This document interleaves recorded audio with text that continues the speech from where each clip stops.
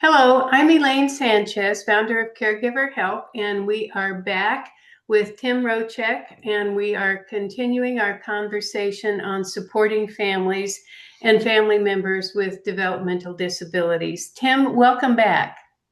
Hi, thank you. Yes, so we have talked about in previous sessions, starting with asking the question, is my child okay? When you have an infant or a toddler and they are not progressing at what you think is normal. So we talked about that. We've talked about getting ready for preschool and getting a diagnosis and then knowing what resources and finding the resources that are available to help your child at this preschool age. We have sources for support, and we're going to be talking more about that. And right now, we're going to be talking about when your child is ready to go to school. So, Tim, let's talk about this big transition now from being a toddler at home and a preschooler, maybe going for 2 to 3 hours a few times a week, to going to school full time. That's a big shift, and it means a parent has to let go, and it means a lot of independence for the child, and these can be good things and they can also be scary at the same time. Yes, Elaine, it's an important step.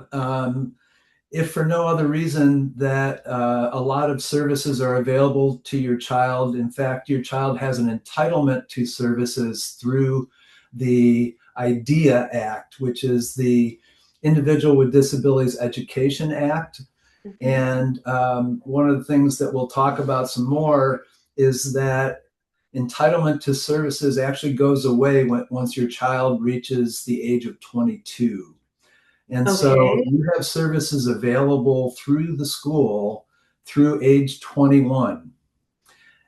And Okay. that's making the point also that the ramp to transition out of school and into adult activity Mm-hmm. is lengthened potentially for kids with disabilities. So your child doesn't have to stay in school until they're age 21, but they may stay in school for extra support. And many families and individuals take advantage of that because resources are legally required to be made available to them during that period. And then sometimes once they enter the adult system, there may be waiting lists for services. Aha. Okay. Well, let's talk about let's start at the first grade and talk about the structure and how it may be similar and different for a child with developmental disabilities. Yeah, you mentioned the big leap into a full day of school. Mhm. And one of the nice things that I've seen done, and I don't know that it's done everywhere, again, there's variation across states, even among cities and communities, but sometimes the accommodation that a child needs is a slower beginning. And so oftentimes a child with disabilities may start school on a half-day basis or even on a couple of hour basis as they're getting used to it, building stamina, helping them to have a positive initial experience that they can build upon. And so what the idea provides is the right to an appropriate free education. And that needs to be individualized. So an appropriate education might look different for somebody who has different strengths and different needs and different challenges. And IDEA is important in that it codifies that child has the right, and the service doesn't have to look exactly like it does for other kids in school. So if you're living in a rural community and there are not a lot of services available, what constitutes an appropriate education for a child are all schools required to have someone who is qualified to teach? Do they have separate classes, or how do they incorporate a child with a developmental disability into the entire group? That's a lot of questions. Yeah. And there are a lot of questions. I feel for families because you're just asking me in Yeah. the abstract, and families have to deal with those real questions on a Yes. day-to-day basis. Um, one of the first steps in determining the answers to that is the IEP. Okay. And an IEP is an individualized education program or individualized education plan. I've heard it called both. Mm-hmm. The IEP is a tool that is originated at the school, but includes input and participation from your family and Mm-hmm. any other significant people in your child's life that you want to have involved. But basically, the IEP is the tool that coordinates the services, puts together and coordinates the services that are unique to your child. So the key word being individualized. Your individual plan for your child may look different than a plan for another child, may look different for a child in a classroom without an identified disability. And it can be anything from additional services like speech therapy, Mm-hmm. like physical therapy, like occupational therapy, um, behavioral therapies. Um, it can be individualized instruction. It can be a different style of instruction. Our public schools are kind of known for a kind of rote memorization Right. approach. Right. A lot of schools are getting away from that for all kids, Mm-hmm. but maybe your child has a particular learning style that helps them achieve much more quickly if it's visual, Mm-hmm. if it's pictures, if it's something that they can work on quietly, independently versus in a group setting. Whatever works best for your child. And that's why you as a parent are a critical component of that. Going into the Uh-huh. school setting, you know better than anyone else probably what your child is capable of, how best to help them succeed.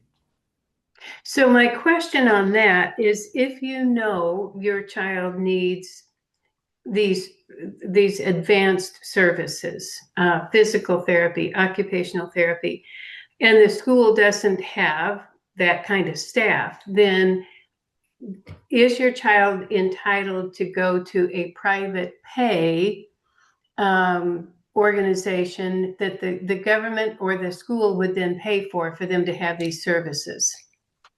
Some schools pool their resources because Okay. it's not cost effective for them to deliver.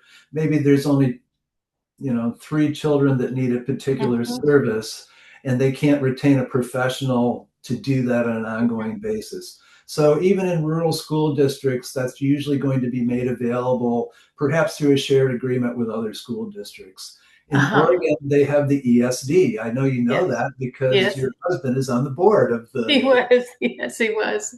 uh, the service district Yes. concept, where we might hire a speech therapist who services multiple schools. But the Got it. bottom line, and the question that you really asked underneath that, is do you have a right? And the IEP is very much like a contract. Okay. And so that document is the way the school is fulfilling their legal responsibility. And so you should get into that IEP anything that you think is critical to your child's success. And then it's the school district's responsibility to deliver on that promise. That's awesome. Now you start with this child going to school, and how do you set up the meetings then? I mean, will the school recognize that they need to have a meeting for you and have a plan laid out, or as the parent, is it up to you to go in and say, these are my child's, the diagnoses, these are his or her capabilities. Now, do you decide together? And if they don't tell you, or if they say we can't provide that to you, then what options do you have as a parent? Those are hard questions. If you have helped your child start with early intervention services, that will Mm-hmm. usually feed into the public school entry point. And Okay, so good. early intervention will be in cooperation with the school, and there'll already Okay. be a plan in place for those services. That will be the starting point for the development of the new plan, if you will, or the more advanced plan that will happen at the school. And so that'll usually be your county caseworker Mm-hmm. that will navigate that, encourage it, make the linkages. And the That's IEP wonderful. process includes all of the professionals. So you might attend an IEP meeting that has a speech therapist there, a special ed teacher, a regular classroom teacher, because your child may spend some time in specialized Mm-hmm. Mm-hmm. services. But Mm-hmm. more and more, there's a trend toward kids integrating into school classrooms with other kids without disabilities. The reasons for that are multiple, but the simple version is generally you get a better outcome because kids model from each other. And also, there's that positive expectation we talked about. You're giving them the chance to rise to that. And some kids are capable in areas that we didn't imagine. And maybe a regular classroom works real well for them in reading, but they need more extra help in math. Mm-hmm. Um, but in any case, the IEP will be the plan that you participate in and help decide how those things are going to go. That's a wonderful, wonderful benefit, and I hope those benefits are safe. That that our schools will be able to continue to offer them. Um, Elaine, you made a really good point, though, that I need to come back to. Sorry for interrupting. The point is, what if the school doesn't offer you what right, you think you need or what your right, child needs? And you do have to advocate for your child. It's not yes, always easy for schools to meet all of the needs of all the kids. As you know, schools are not always adequately funded, and there are a lot of kids with a lot of needs. Um, it's not a perfect system, but the parent that shows up and advocates is more likely to get what they need for the child than the one that doesn't. And I think we all know that. right. Um, the things that suppose not all schools can offer all things, and some are better at some than others. And so you need to come prepared you need to educate yourself about what you are legally entitled to. And so I Mm-hmm. would encourage you to learn more about the Individual Disabilities Act, Education Act, and what rights you have and your child has. So what is it okay to expect? Mm-hmm. If you've joined a parent group, you're doubtless going to run into parents that have had similar experiences, and maybe all the education you need will be from another parent that's already been through that with their kids, left Mm-hmm. school already by now, and Mm-hmm. second one's coming through or something like that. Right. But you have to arm yourself with information so you know about your legal rights and what's reasonable to expect. If it's not offered, initially, you can ask. If you Mm-hmm. ask and it's refused, um, I would ask more firmly. I would stop short of threatening. But Mm-hmm. ultimately, there are lawsuits that result from situations like this to enforce the law to make sure that schools are required to honor the legal responsibility that they have. That's great. Would you work with your social worker if you feel like, because a social worker would have more, or your county agency, your county developmental disability agency would be able to tell you what your child is entitled to, right? Yes, and if it were me, I'd want to know independent of any professional, Okay, because they're going to look at it from a specific vantage point. I'm not saying distrust professionals, right. but it's your child. And again, if it were me, I would want to know just to make sure that I have all the information. And if somebody's telling me something that doesn't sound right, I can ask more questions about that. That's good. Okay. The other thing I feel like I need to add, because I may have shed unintentionally a negative light on professionals. A mom I talked to recently, she gave me a quote. I want to get it right. She said, "Everyone who works with kids are incredible. It's their passion. They just want to help." Yeah. And I don't think that's everybody's experience, but I think it is a very common experience. They had one professional that they weren't thrilled with because of their manner. And then they listed off, this is she and her husband, listed off all of the professionals that were wonderful, that helped them way beyond what they thought they could get. So in working with these professionals, they're not just speech therapists or physical therapists. They're human beings with experiences and knowledge and passion. And her experience, I think, is accurate for a lot of people. People who choose to work with kids in these capacities are passionate about helping kids. Yes. So not only did the physical therapist help her learn how to get her kid on a bike and be successful and gain some of the coordination and confidence that goes with that, they also told her about when grants were available that might allow her to get more therapy for her child.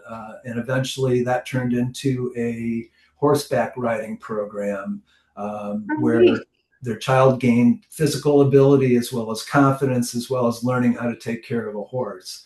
And so, these professionals are sometimes providing service beyond their particular specialty because they care about the kids. Right.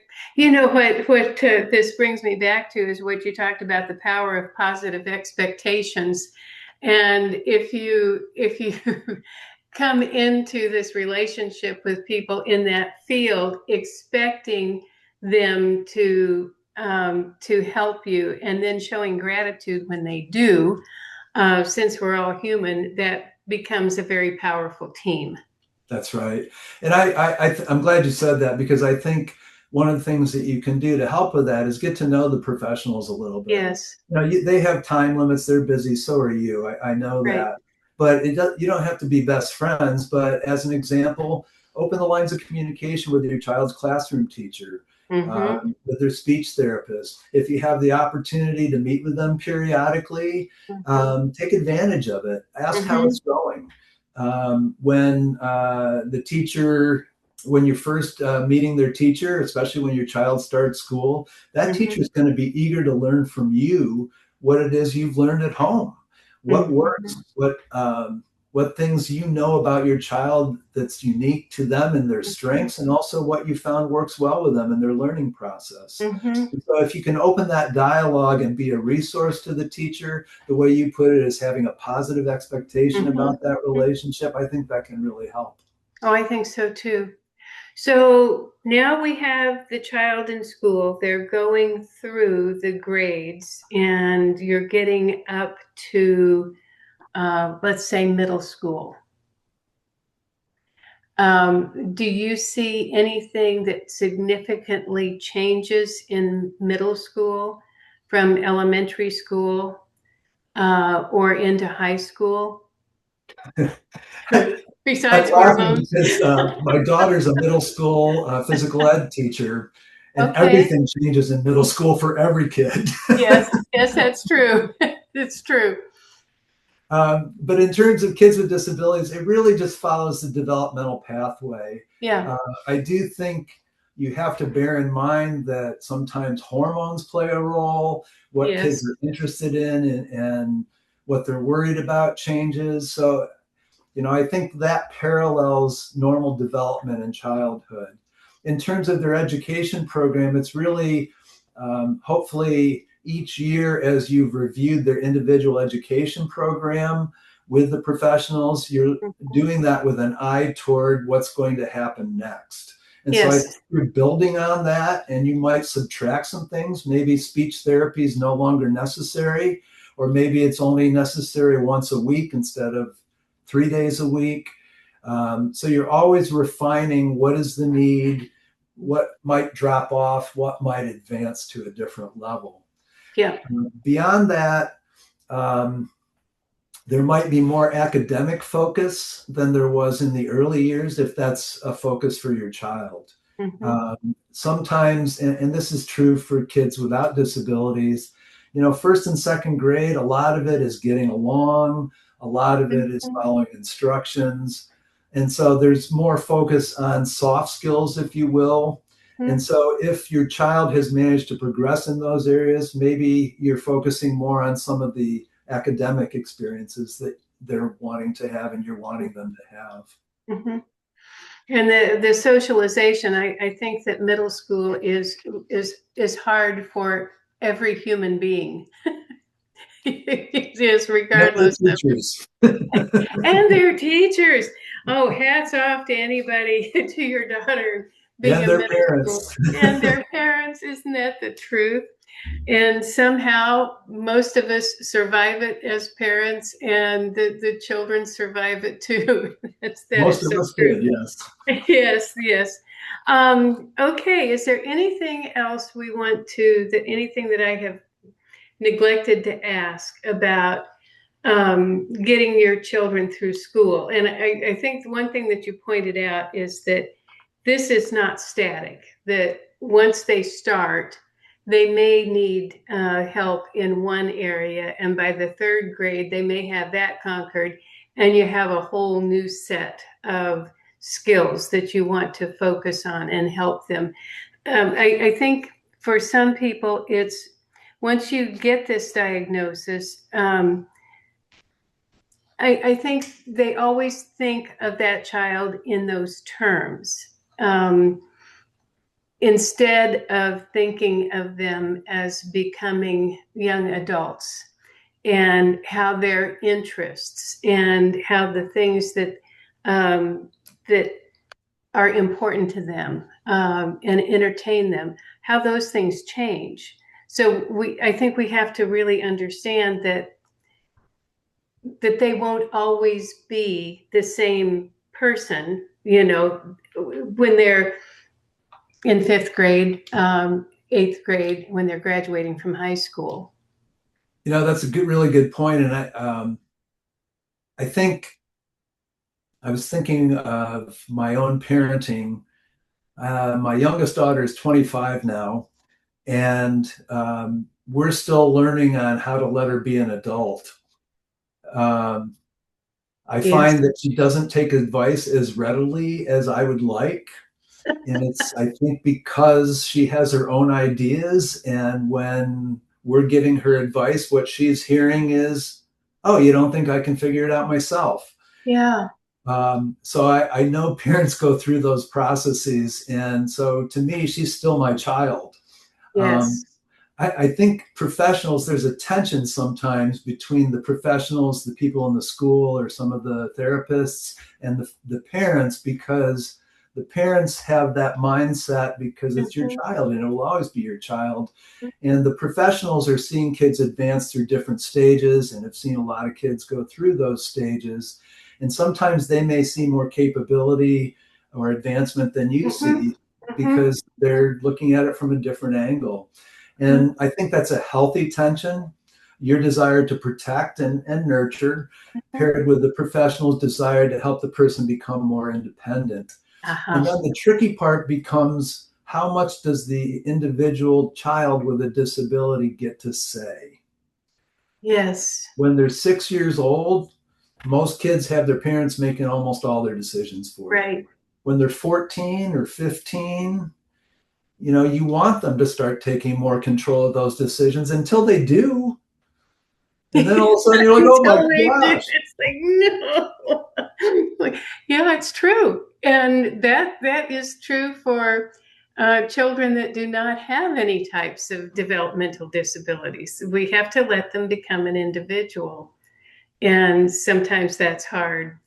I think it's even harder for parents of kids with disabilities because so much of your life has been protecting them and meeting their needs. And there's probably more time and attention that has been required of you and your family to help them get to that place. Yes. Yeah, that's a good point, Tim. That's a good place to stop. And I'm really looking forward to our next few conversations. We have some really important topics coming up. Thank you for this, and thank you for all of the years that you have spent helping people with developmental disabilities. And one of the things that we're going to be talking about, not next, but soon, is how they can become independent and have careers. So we're going to be talking about that soon. So again, my guest is Tim Rocak, and we will have his contact information in the comments with this video, and Tim is available for consultations and keynotes and all sorts of interesting conversations. So thank you, Tim. We'll be back soon. Thank you, Elaine.